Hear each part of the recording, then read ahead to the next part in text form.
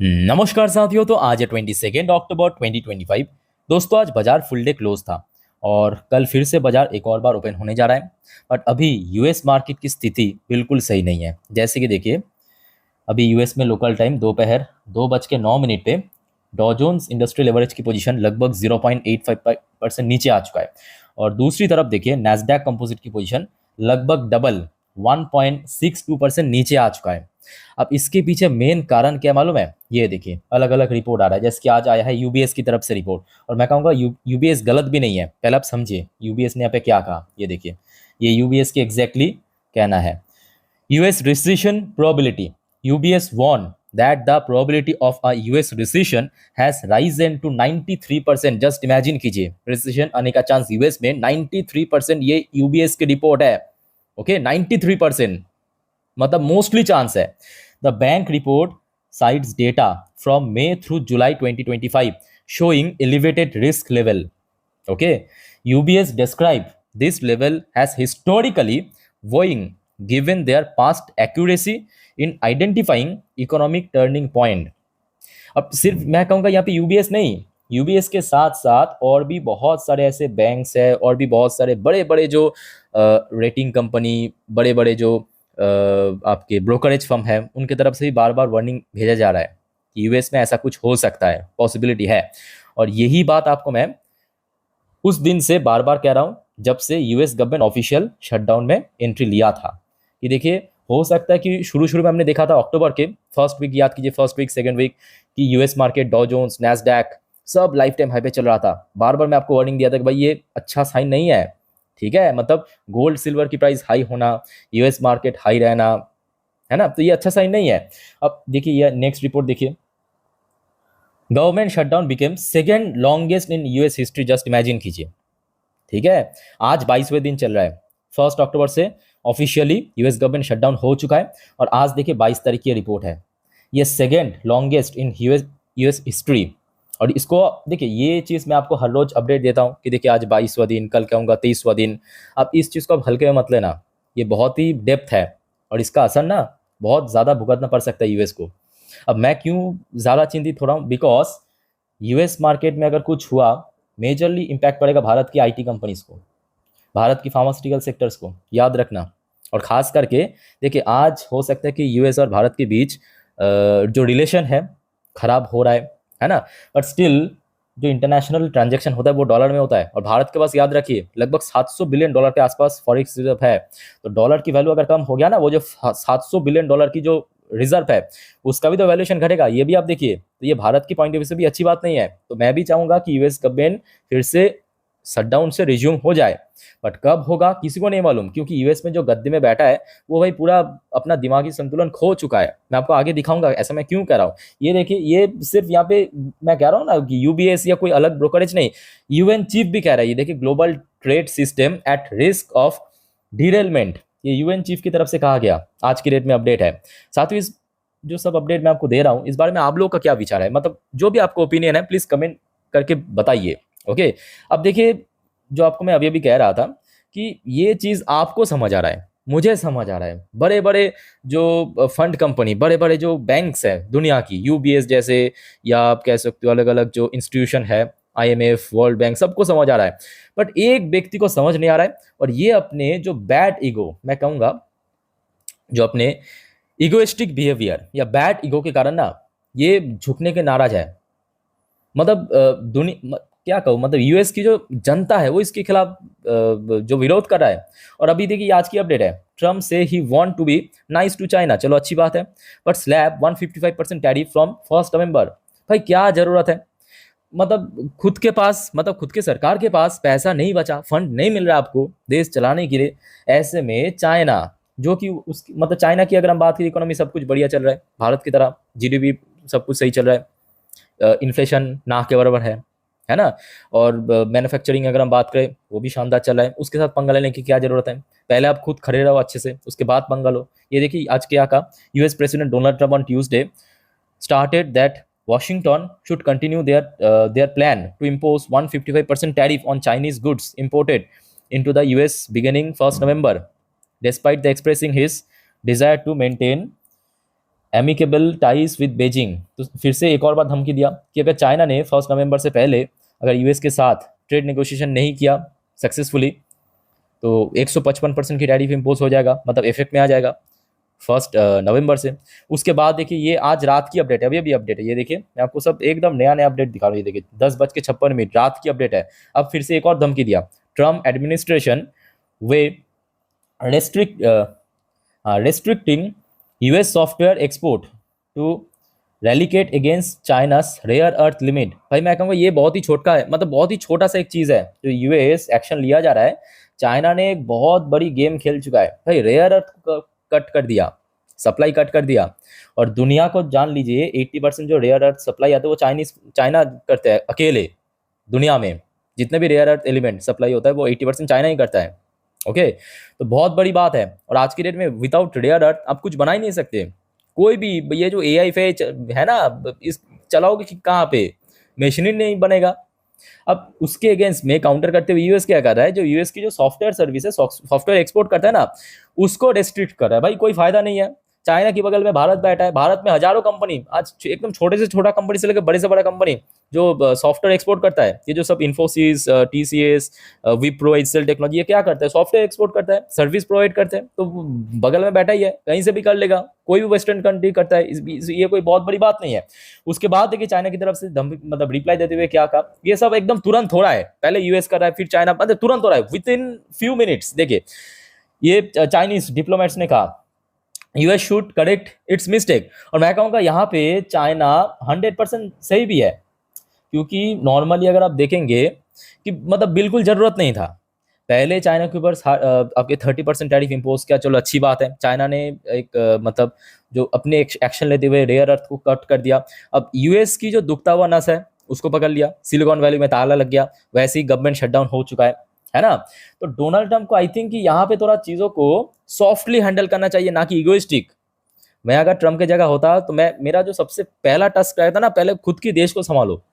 अंदर अगर सही रहेगा बाहर ऑटोमेटिक सही हो जाएगा। अगर अंदर से आप खोखला होता जाओगे ना, बाहर कितने भी आप तो दिखाने की कोशिश करो, कुछ नहीं होगा अल्टीमेटली, और खत्म होता जाएगा, है ना। आप लॉजिकली सोचिए।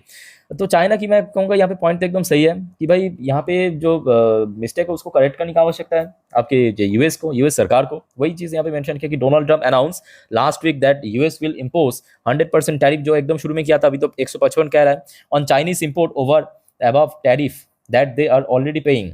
ओके, सो लेट्स सी ये जो टैरिफ वॉर, ट्रेड वॉर चल रहा है, ये किस तरह मूव करता है। बट हाँ देखिए एक और इसका व्यू है यहाँ पे, मैं कहूँगा ये सब जो चल रहा है इसका एक और व्यू है। एक और व्यू ये है कि देखिए जितना चाइना और यूएस के बीच ट्रेड टेंशन या टैरिफ वॉर चलेगा उतना ही भारत के बेनिफिशियल रहेगा। बिकॉज अभी देखिए यूएस मार्केट तो आज तो भाई कुछ भी नहीं है, आगे अब ऐसा ही अगर कंटिन्यू हुआ ना और 1-2 हफ्ता, मैं लिख के देता हूँ चैलेंज के साथ, यूएस मार्केट पूरा तबाह हो जाएगा। बस 2 हफ्ता वेट कर जाइए। अगर ये बंद नहीं हुआ, मतलब यूएस गवर्नमेंट जो अभी शटडाउन में चल रही है, अगर फिर से रिज्यूम नहीं हुआ, पूरा तबाह हो जाएगा। बस देखते जाइए। तो क्या होगा, एफआईआईज जो लगातार यूएस में अभी सेल होगा ना, वो भारत की तरफ मूव करेगा, भारत की तरफ मूव करेगा। ओके, तो ये कहीं ना कहीं मैं कहूँगा एक दूसरा वैल्यू भी है, ये सब जो चीज़ चल रहा है तो भारत के लिए एक बेनिफिशियल रहेगा। बट हाँ याद रखना, यहाँ पे जो आपको मैं कह रहा हूँ, कुछ सेक्टर के लिए इम्पैक्ट थोड़ा नुकसानदायक भी हो सकता है, जैसे कि आईटी सेक्टर, फार्मास्यूटिकल सेक्टर, जो एक्चुअली यूएस मार्केट से काफ़ी रेवेन्यू जनरेट करता है। इतना तो आपको समझ आ रहा है। अच्छा साथियों, अब चलिए आगे बढ़ते हैं। एक और इंटरेस्टिंग सा टॉपिक है, बट उसके पहले आप सभी को मैं रिक्वेस्ट करूंगा, अगर आपको वीडियो भी तक अच्छा लगा, इन्फॉर्मेटिव लगा, प्लीज़ वीडियो को लाइक करना और प्लीज़ चैनल को सब्सक्राइब करके जरूर रखिए ऐसी इन्फॉर्मेटिव वीडियो हर रोज हर वक्त पाने के लिए। और मेरे प्यारे साथियों, आप में से कोई अगर इंस्टाग्राम में हो तो प्लीज़ मुझे फॉलो करके रखना, लिंक आपको नीचे डिस्क्रिप्शन बॉक्स में मिल जाएगा। बिकॉज चाहे मिडनाइट हो, कभी भी कुछ भी अपडेट आता है इसी से रिलेटेड या मार्केट से रिलेटेड, तुरंत मैं डाल देता हूँ, ठीक है। तो काइंडली चैनल को सब्सक्राइब कर रखिए हमेशा ऐसी जेन्युइन वीडियो हमेशा पाने के लिए। उसके बाद देखिए अब इधर क्या हो रहा है भाई, व्लादिमीर पुतिन एक और गेम शुरू कर दिया, वर्ल्ड वॉर 3 की धमकी। मजाक नहीं कर रहा हूँ, ये आज रात की अपडेट है, ये देख लीजिए, 7:29 की अपडेट चल रहा है, ये 22 तारीख की अपडेट है। अब व्लादिमीर पुतिन क्या करा, आपको पता होगा रिसेंटली जो पुतिन और ट्रम्प के बीच मीटिंग होने वाला था, वो तो दोनों ही पक्ष की तरफ से कैंसिल कर दिया। व्हाइट हाउस ने भी कहा कि नहीं अभी तो नहीं होने का कोई प्लान है, और उधर आपके क्रेमलिन की तरफ से भी, मतलब रशिया की तरफ से भी कैंसिल कर दिया कि नहीं ऐसा कुछ तो अभी नहीं चल रहा है। अब नेक्स्ट देखिए अपडेट क्या है कि Russian president Vladimir Putin on Wednesday, आज की डेट में directed drill of the country's strategic nuclear forces that features practices missile launches, जो रशिया की न्यूक्लियर फोर्सेस है, जैसे कि होता है ना कि एक हो गया आपका थल सेना, एक हो गया आपका जल सेना मतलब नेवी, एक हो गया आपका वायु सेना मतलब एयर फोर्स, उस ठीक सेम टू सेम जो न्यूक्लियर फोर्स है भारत का भी है, याद रखना। ठीक है, भारत एक न्यूक्लियर कंट्री है, तो भारत के पास भी है ऐसे न्यूक्लियर फोर्स को कहा कि आप थोड़ा सा मिसाइल विसाइल चला के वार्म अप करते रहो, थोड़ा हाथ पैर गर्म करते रहो, कभी भी मतलब जरूरत पड़ सकता है। And exercise that come at hit plan summit on Ukraine with US president Donald Trump was put on hold. ठीक है, तो ये जो एक्शन लिया गया दोनों ही देश की तरफ से कि अभी होल्ड में डाल दिया, मतलब ये मीटिंग नहीं होगा ट्रम्प और आपके पुतिन के बीच। तो अभी पुतिन कह रहा है कि भाई थोड़ा बहुत वार्म अप करके रखो, कभी भी आवश्यकता पड़ सकता है न्यूक्लियर वेपन की। आप देखना होगा कि मतलब ये जो जंग है रशिया यूक्रेन के बीच जो लगभग 3.5 साल क्रॉस कर चुका है, क्या ये न्यूक्लियर वॉर की तरफ मूव करेगा? आई डोंट थिंक ऐसा होगा। अगर हो गया तो मेरे हिसाब से कोई बचेगा नहीं, है ना। चाहे आप भारत में रहो या कहीं पे भी रहो, चाहे आप फाइनेंशियल नुकसान हो या फिजिकल नुकसान हो, नुकसान तो होगा किसी भी तरह से, है ना। अच्छा, उसके बाद देखिए एक और, बट हाँ भारत की मैं कहूँगा यहाँ पे जो एक्शन है एकदम सही है। क्या कह रहे हैं देखिए, India keeps talking Russia turn even as Trump says stop.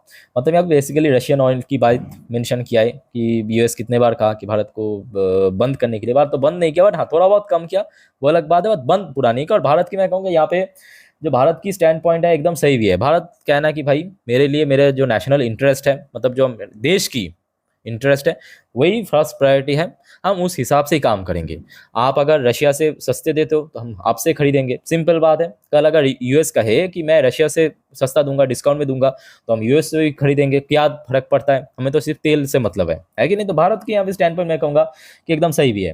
अच्छा, उसके बाद देखिए आज एक और रिपोर्ट आया है, इंडिया यू के बीच में जो आपके एफटीए होने वाला है उसके ऊपर भारत की जो यूनियन मिनिस्टर पीयूष गोयल साहब की तरफ से India you discuss positive resolution of outstanding issue of trade deal. चलो बढ़िया, इसके ऊपर देखिए आई थिंक कि नेक्स्ट 2 दिन के अंदर कुछ ना कुछ आपको समझने को मिल जाएगा, बिकॉज कल याद रखना पीयूष गोयल साहब जो जाएंगे यूरोप में। अच्छा, साथ ही साथ एक और रिपोर्ट आप देखिए, ये आया है आपकी जो नॉर्वे की एम्बेसडर की तरफ से जो भारत में है, trade between India and Norway could more than double in coming decade. तो यहाँ पे भारत और नॉर्वे के बीच जो ट्रेड है, व्यापार है, लगभग दुगना होने जा रहा है आगे आने वाले कुछ डिकेड में। तो ठीक है। अच्छा, तो कुल मिला के बाद देखिए अभी मैं कहूँगा भारत की अगेंस्ट में या भारत की मार्केट के अगेंस्ट में कुछ भी नहीं है, तो जो भी है अपडेट मैं आपको दे दिया। अब एक और पॉइंट आप देखिए, अब देखिए ये गिफ्ट निफ्टी की फीचर आज इंडिया हो सकता है, मतलब इंडियन मार्केट क्लोज था बट गिफ्ट निफ्टी अभी ओपन है। देखिए ये वीडियो मैं रिकॉर्ड कर रहा हूँ रात 11:52 पे, दिख रहा है आपको 51-52 के आसपास।